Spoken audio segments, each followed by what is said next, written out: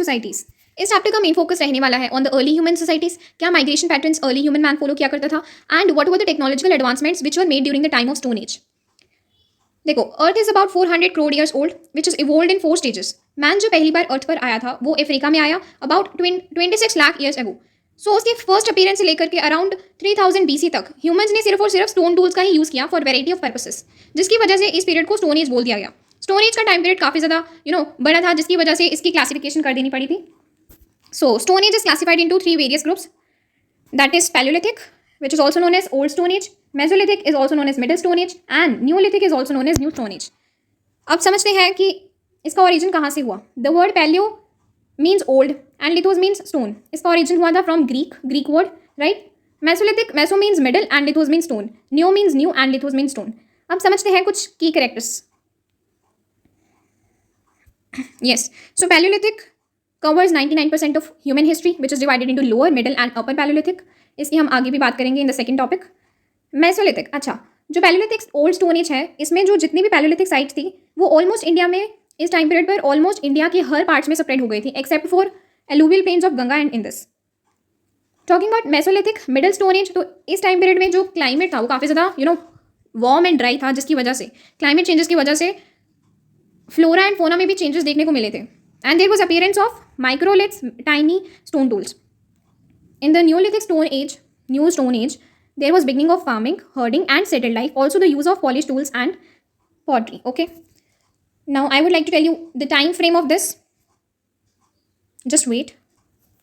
हाँ जी guys, तो please don't mind the handwriting. मेरे को लिखना आता है लेकिन यहाँ पर नहीं आता. Anyways, Paleolithic age का जो time period है, it is about 500,000 BC to 8,000 BC. Mesolithic का जो टाइम पीरियड है इट इज़ अबाउट 8000 BC से लेकर के 6000 BC, and neolithic is from 6000 BC to 1000 BC. I hope it is clear, please note it down. हाँ जी, so next one topic is sub division of palaeolithic age. As we have already seen that palaeolithic age was divided into lower palaeolithic, middle and upper palaeolithic. So lower palaeolithic में जो climate था that was ice age, like the climate was extremely cold. It is also known as Pleistocene. Now, what were the tools used over here? That were hand axes, cleavers and choppers. And कौन सी activities यहाँ पर perform की जाती थी? That was hunting, gathering, which was the formative stage of human life. In middle Paleolithic, if we say, हाँ जी, so middle Paleolithic में climate काफ़ी ज़्यादा harsh था. Flake tools जो कि which were made up of stone chips, तो वो use किए जाते थे, and animal skins यूज़ किए जाते थे for clothing purpose and burials of dead. If we talk about upper Paleolithic, so upper Paleolithic वाले में climate became warmer. Blade tools का यूज़ होने लगा, which was longer and sharper. First human made shelters. Activities कौन से थे? Human made shelters, cave paintings and bone ornaments. Moving ahead, what were the tool making techniques? हाँ जी, तो पहला है stone on stone. देखो, एक हैंड में क्या था? कोर स्टोन, एंड दूसरे हैंड में हैमर, बस मारो, स्ट्राइक करो. एंड तब तक ये स्ट्राइक करते थे जब तक डिजायर्ड शेप अचीव नहीं हो जाते थे. Second one is pressure flicking. इस टेक्निक में क्या था? हाँ जी, सो कोर स्टोन को एक फर्म स्ट्रॉन्ग सरफेस पे प्लेस कर दिया जाता था, एंड उसके ऊपर बोन या फिर कोई स्टोन उसको प्लेस कर दिया गया, एंड उसके बाद फिर हैमर के साथ स्ट्रक करते थे, एंड स्टोन्स है ना तब तक करते थे जब तक वो फ्लेक्स रिमूव ना हो जाते थे ऊपर से. सो ये टूल मेकिंग टेक्निक्स थी उस टाइम पे. एनीवेज, चलते हैं आगे. की archaeological sites in India. Bhimbetka जो कि मध्य प्रदेश में लोकेटेड है, it is famous for rock shelters, and वहाँ पर रॉक पेंटिंग्स बनाई जाती थी मेनली एनिमल्स की. कुरनूल केव्स जो कि आंध्र प्रदेश में लोकेटेड है, माना जाता है कि वहाँ पर फायर की डिस्कवरी हुई थी, and there was use of fire. Ash के ट्रेसेस भी वहाँ पर मिले.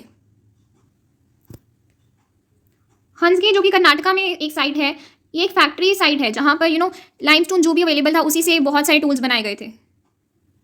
नेक्स्ट टॉपिक आता है life of early humans, hunters and gatherers. देखो, नोमैडिक लाइफ उनकी कैसी थी?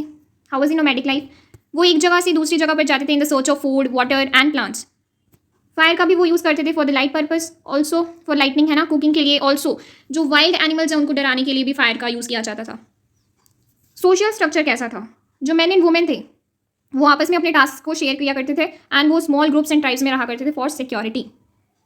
आर्टिस्टिक एक्सप्रेशन, तो उस टाइम के जो लोग थे ना बहुत ही ज़्यादा पेंटिंग किया करते थे. लाइक केव वॉल्स पर उन्होंने बहुत ही एक्यूरेसी के साथ पेंट किया.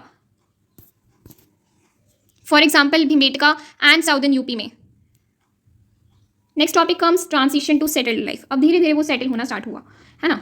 तो एग्रीकल्चर में क्या चेंजेस देखने को मिले? अब there was cultivation of wheat and barley, है ना। Humans became food producers. जो वहाँ के जो लोग थे, है ना, उन्होंने लैंड को कल्टिवेट करना स्टार्ट कर दिया था, फ्रूट्स को ग्रो करना, एंड ऑल्सो कॉर्न जैसे रागी एंड होर्स ग्राम। डोमेस्टिकेशन की अगर मैं बात करूँ तो फर्स्ट एनिमल जो डोमेस्टिकेट किया गया था दैट वाज इंसेस्टर ऑफ गोड। उसके बाद में शीप, गॉट एंड कैटल उनको भी रियर करवाया गया था। सो नेक्स्ट वन इज पॉटरी। इसमें क्या चेंज या फिर इम्पैक्ट देखने को मिला? पॉटरी की ज़रूरत क्यों थी? It was needed for surplus storation, means surplus grains को स्टोर करने के लिए, फूड को कुक करने के लिए। Also early pots were also decorated. मेरे को तो ये लगता है, मेरे को क्या लगता है कि उस टाइम के लोग थे ना, वो काफ़ी ज़्यादा इंटेलिजेंट थे। कितनी अच्छी पेंटिंग करते थे ना उन्होंने। केव्स वॉल्स पर भी अपने dancing scenes and hunting scenes decorate किए थे, पेंट किए थे। एंड उनको बोट्स के बारे में भी नॉलेज थी।